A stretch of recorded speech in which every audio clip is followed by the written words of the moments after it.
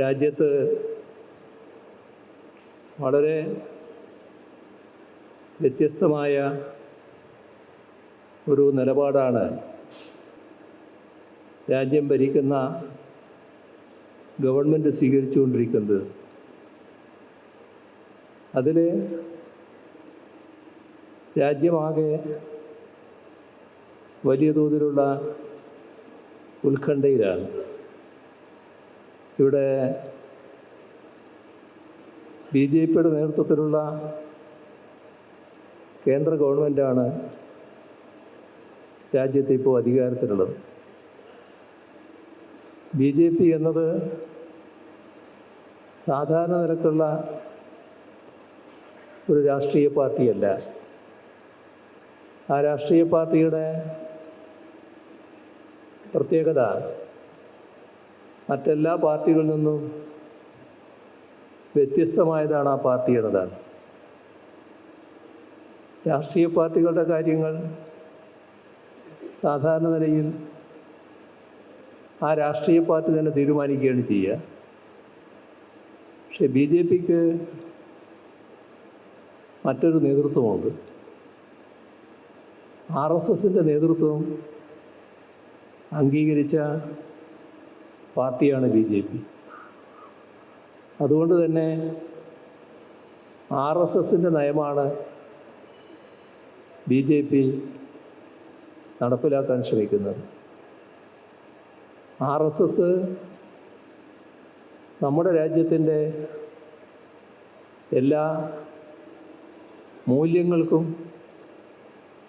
എതിരായി നിൽക്കുന്ന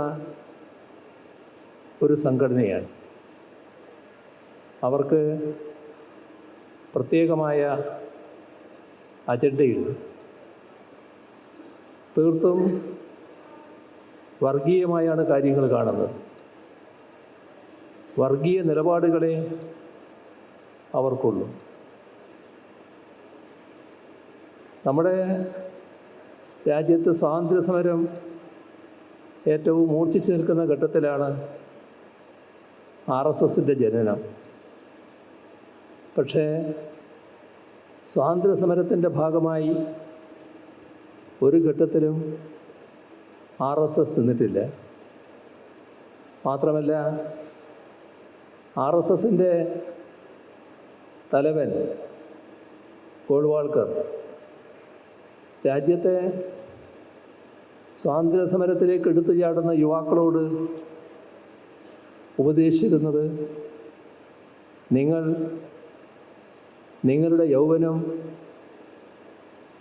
വൃഥാ കളയരുത് എന്നാണ്. ബ്രിട്ടീഷുകാർക്കെതിരെ സമരം ചെയ്ത് നിങ്ങളുടെ യൗവനം വൃഥാ കളയരുത്. അപ്പോൾ ബ്രിട്ടീഷുകാർക്കെതിരെ സമരം ചെയ്യാൻ പാടില്ല എന്നതായിരുന്നു RSSൻ്റെ നിലപാട്.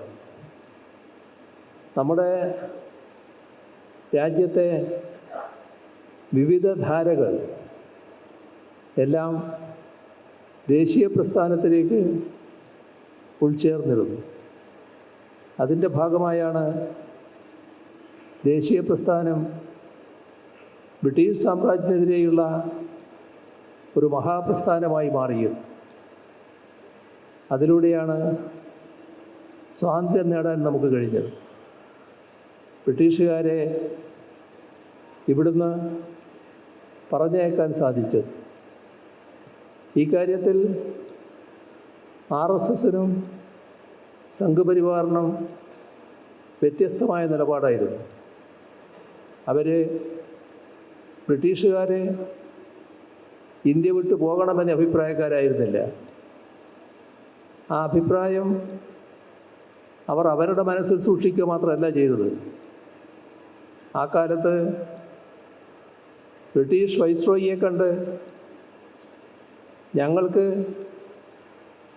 നിങ്ങൾക്കെതിരായ നിലപാടില്ല, ഞങ്ങൾ നിങ്ങൾക്കെതിരല്ല, നിങ്ങളിവിടെ തുടരുന്നതിന് ഞങ്ങളെതിരല്ല എന്ന വിവരം അറിയിച്ചവരാണ് സംഘപരിവാർ നേതാക്കൾ. മാത്രമല്ല സ്വാതന്ത്ര്യ സമര ഘട്ടത്തിൽ ഒരു സന്ദർഭത്തിൽ അറസ്റ്റിലായ സംഘപരിവാറിൻ്റെ ഒരു നേതാവായിരുന്നു സവർക്കർ. അന്തമാൻ ജയിലിലേക്ക് നാടുകടത്തപ്പെട്ടപ്പോൾ അന്തമാനിൽ ഒട്ടേറെ സ്വാതന്ത്ര്യ സമര സേനാനികൾ എത്തിപ്പെട്ടിട്ടുണ്ട്. സ്വാതന്ത്ര്യ സമരത്തിൽ പങ്കെടുക്കുന്നവർ രാജ്യത്തിൻ്റെ സ്വാതന്ത്ര്യം ആഗ്രഹിച്ചുകൊണ്ടുള്ള സമര വളണ്ടിയറായി ചേർന്നതിൻ്റെ ഭാഗമായി ലഭിക്കുന്ന ഏത് ശിക്ഷയും സന്തോഷപൂർവ്വം ഏറ്റുവാങ്ങുകയാണ് ചെയ്തിരുന്നത്. ചിലപ്പോൾ തൂക്കുകയർ ലഭിച്ചവരുണ്ട്, ജീവൻ വെടിയേണ്ടി വന്നവരുണ്ട്. അങ്ങനെ അവരൊന്നും പതറിയിരുന്നില്ല. ദീർഘകാലം അന്തമാനിൽ കഴിയേണ്ടി വന്നവരുണ്ട് അവിടുത്തെ പ്രതികൂല സാഹചര്യത്തിൽ. അവരെല്ലാം അവിടെ തന്നെ കഴിയുകയായിരുന്നു.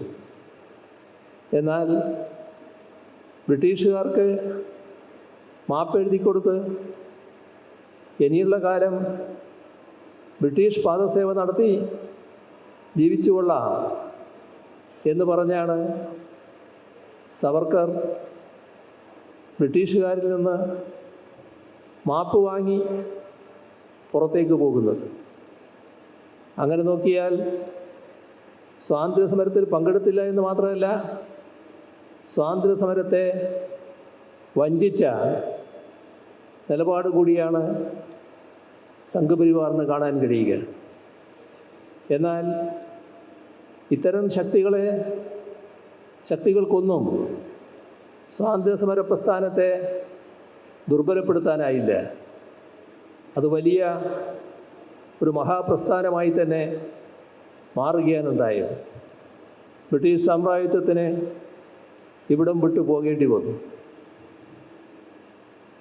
ദേശീയ സ്വാതന്ത്ര്യ സമരത്തിൻ്റെ ഭാഗമായി വിവിധ ധാരകൾ ഉൾച്ചേർന്നപ്പോൾ രാജ്യത്തിൻ്റെ ആകെ ഭാഗങ്ങൾ ഒന്നായി മാറുന്ന നിലയാണുണ്ടായത്. അതിൻ്റെ ഫലമായി സ്വാതന്ത്ര്യ സമരത്തിലൂടെ വ്യക്തതയാർന്ന മൂല്യങ്ങൾ ഉയർന്നു വന്നു. ആ മൂല്യങ്ങളാകെ സ്വാംശീകരിച്ചുകൊണ്ടാണ് നാം ഇന്ത്യ നമ്മുടെ ഭരണഘടനയ്ക്ക് രൂപം നൽകിയത്. ആ ഭരണഘടന നമ്മുടെ രാജ്യത്തെ സംബന്ധിച്ചിടത്തോളം ജനാധിപത്യത്തിൻ്റെ നെടുന്തൂണായി നിൽക്കുന്ന ഒന്നാണ്. പക്ഷേ നാം കാണേണ്ടത് ആ ഭരണഘടനയോട് ഒട്ടും യോജിപ്പ് RSSനുണ്ടായിരുന്നില്ല, സംഘപരിവാറിനുണ്ടായിരുന്നില്ല.